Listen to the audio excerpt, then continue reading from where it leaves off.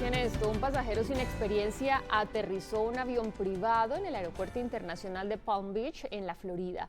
Este incidente sucedió este martes luego de que el piloto del monomotor Cessna quedó incapacitado para conducir la aeronave en pleno vuelo.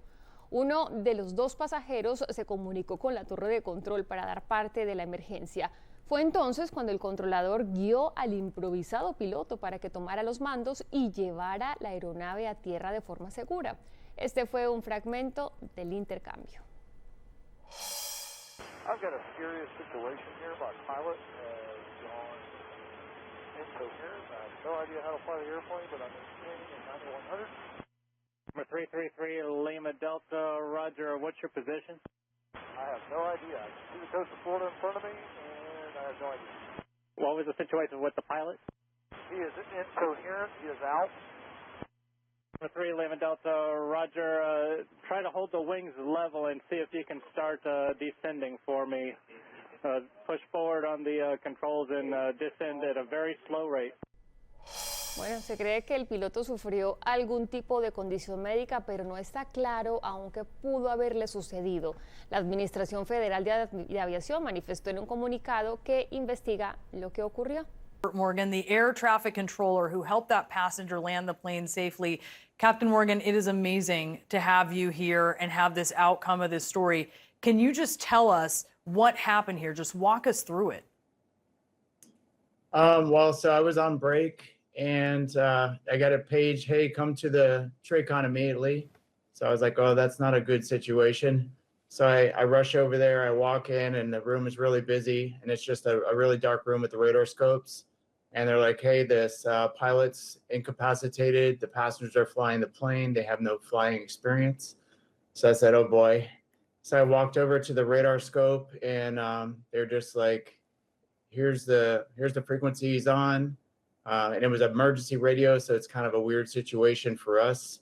So I just like kind of took a deep breath and I said, I'm talking to him now. They said, yeah, you're talking to him. I said, well, I can't just be quiet. I got to start doing my job, try to do what I can do to get them on the ground safely.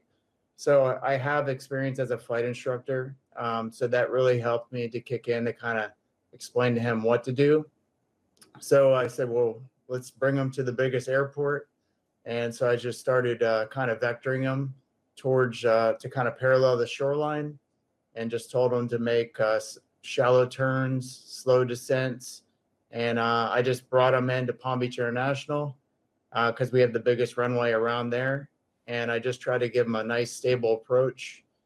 I tried to keep him calm. He was really calm. He just said, hey, I just don't know how to, I don't know how to fly. You know, I don't know how to stop this thing if I do get it on the runway. So I just don't worry about it. We'll take it like one step at a time. So I just brought him out for about an 8-mile final just so he could just have a really big target to aim at. And I just kept him calm and he stayed really calm. And I just kind of talked him through everything. I told him how to use the brakes when he got on the runway and just to kind of reduce the power so he can start a slow descent to try to land on the runway. And about 300 feet, he kind of disappeared off our radar scopes. And I said, hey, can you still hear me? Because I didn't want him to get nervous. And he said, yeah, I'm still here. I said, okay, when you get in closer to the runway, it's going to get bigger. And that's when you want to start really reducing your power. And the plane just landed. And he said, okay, how do I stop this thing? And I said, just hit the top of your brakes and it'll come to a stop. And he said, all right, do you want me to taxi off the runway? And I felt like I was going to cry then because I had so much adrenaline built up. But I was really happy that it worked out with nobody got hurt. Captain Morgan, let me pick my jaw up off the floor for a moment. I just don't understand. You make it sound so easy, and it couldn't have been that easy, and you're so calm, and you couldn't have been that calm. I mean, how do you tell a guy, first of all, you've never flown this plane, right? You've never flown this model?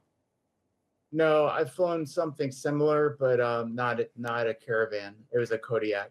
So how do you talk someone through this? Is it as specific as, turn the wheel to the right, 45 degrees, push it in? I just don't get how you explain so carefully for someone to do something they've never done before. Well, luckily the the passenger flying has been around aviation a little bit, but he wasn't a pilot and he didn't really have any flying experience. He's just been traveling, so he only has seen what the pilots have done. But you know, in the air, as long as they make small control movements, it's usually a lot of people can fly the plane okay. But you know, like someone had mentioned earlier, landing's the tricky part.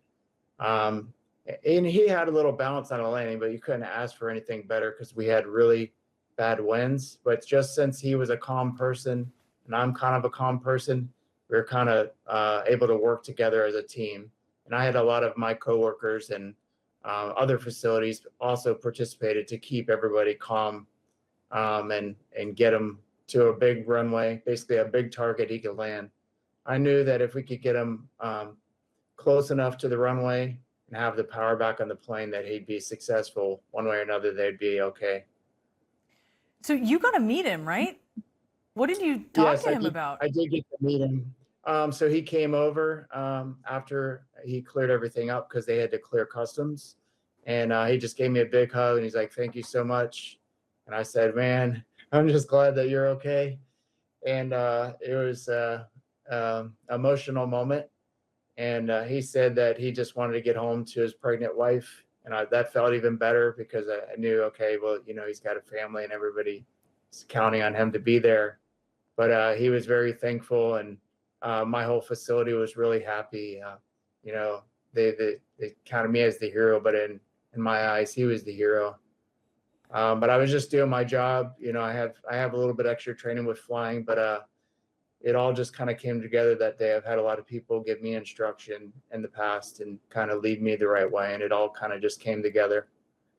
Was there ever a moment where you weren't so sure? Do you even have time to think about, well, what if this doesn't work out? Yeah, those thoughts kind of run through your head, but I kind of just had to fight through them because I was kind of thinking like, oh, why does this have to be me? But I just kind of worked past it, and I said, you know, we can do this. You can do this. That's it.